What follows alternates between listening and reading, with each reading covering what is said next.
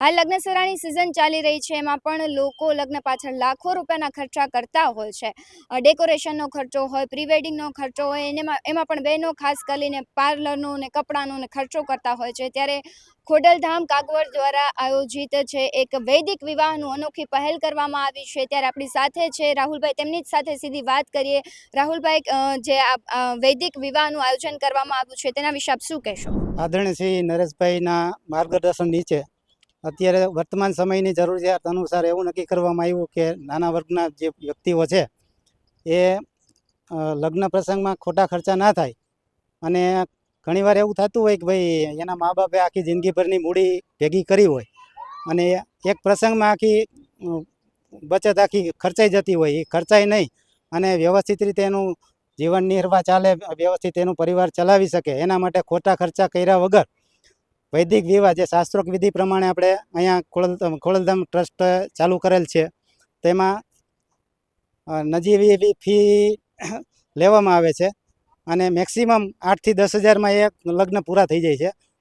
એની અંદર 25 વ્યક્તિઓને એલાવ કરવામાં આવે છે, વધારે વ્યક્તિઓને હાજરી એલાવ કરવામાં નથી આવતી. અને વ્યવસ્થિત અહીંયા 3500 વારની જગ્યા છે, એક નાનો એવો હોલ છે, ત્યાં મંડપની બધી વ્યવસ્થા કરવામાં આવે છે. શાસ્ત્રોક વિધિ પ્રમાણે એક વ્યવસ્થિત બ્રાહ્મણ છે, એને આપણે નિયુક્ત કરેલા છે. એ પૂરેપૂરી વિધિ 1.5 કલાકની અંદર સંપૂર્ણપણે કરી દઈએ છીએ અને આવી રીતે ખોટા ખર્ચા બચે અને વ્યવસ્થિત રીતે લગ્ન પાર પાડી શકાય એ માટે ખોડલધામ ટ્રસ્ટે પહેલ કરી છે.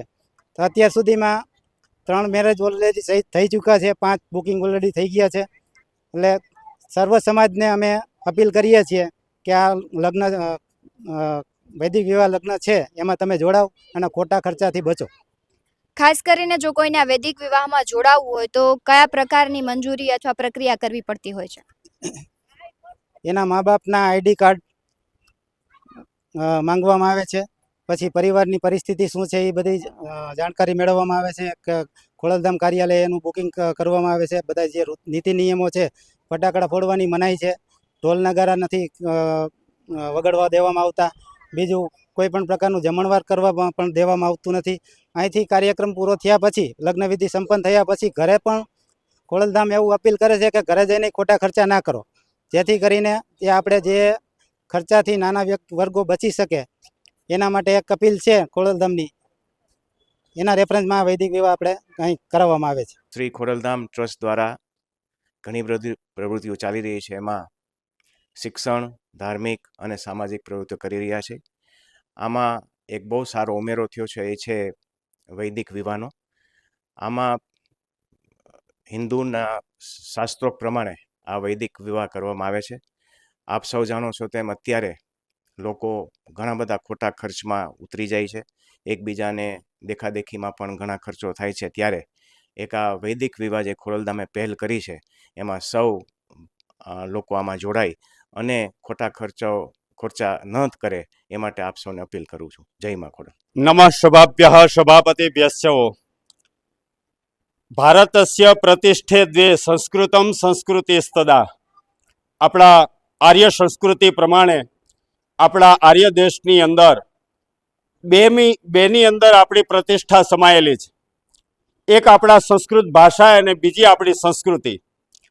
જે સંસ્કૃતિ અંતર્ગત જે મનુષ્યના 16 સંસ્કાર બતાવ્યા છે, એમાંનો એક સંસ્કાર જે મહત્વનો સંસ્કાર છે, જેને આપણે કહીએ છીએ વિવાહ સંસ્કાર.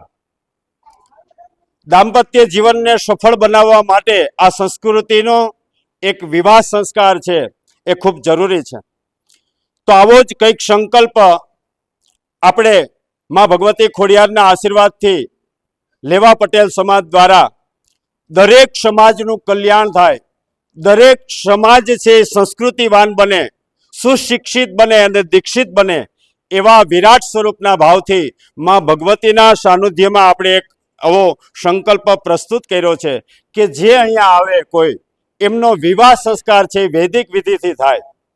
આ વૈદિક વિધિની અંદર જે આપણા વેદોએ બતાવેલી વાત છે એ પ્રમાણે દરેક વ્યક્તિનો આપણે વિવાહ સંસ્કાર કરવામાં આવે છે વૈદિક પદ્ધતિથી. અહીંયા માત્ર કોઈ વ્યસન ફેશન કે ડેકોરેશનને મહત્વ નથી આપવામાં આવતું. ઓનલી ફોર માત્ર ને માત્ર વિવાહ સંસ્કારને પ્રાધાન્ય આપવામાં આવે છે, જેથી કરીને અહીંયા કોઈ પણ આવેલા દાંપત્યનું જોડું છે એ ખૂબ સુખી થાય, એના જીવનની અંદર બધા જ મનોરથો પરિપૂર્ણ થાય એવા વિરાટ સ્વરૂપથી અહીંયા વૈદિક વિવાહ સંસ્કાર કરવામાં આવે છે. આ વૈદિક વિવાહ સંસ્કારની અંદર અહીંયા આવે છે એટલે પેલું એમનું સ્વાગત કરવામાં આવે છે વરરાજાનું, કારણ કે અહીંયા લગ્ન મંડપની અંદર ખાલી લગ્ન મંડપ નથી હોતો, આ એક કલ્પવૃક્ષ તૈયાર કરવામાં આવે છે. ચારેય સ્તંભની અંદર 5 દેવીઓની સ્થાપના કરવામાં આવે છે, નંદિની, નલિની, મૈત્રા, ઉમા, પશુવર્ધિની. આ 5 દેવીઓની સાક્ષીએ આ વિવાહ સંસ્કાર કરવામાં આવે છે. એટલે જે વિવાહિત અહીંયા થઈને છે દંપતી, એના જીવનની અંદર ખૂબ જ ઋષિમુનિઓએ બતાવેલી પ્રણાલી એના જીવનમાં સાર્થક થાય એવા વિરાટ સ્વરૂપથી અમે અહીંયા વિવાહ સંસ્કાર કરાવીએ છીએ. જેમ ખોડલધામ દ્વારા એક નવી પહેલ કરવામાં આવી છે અને નરેશભાઈએ પણ કહ્યું કે જે સમાજમાં ખોટા ખર્ચા થઈ રહ્યા છે તેને ન કરવા માટે એક તેઓ વિનંતી કરી રહ્યા છે ને એક પહેલનો તમે પણ ભાગ બનો તેવી અમે પણ એક વિનંતી કરી રહ્યા છે.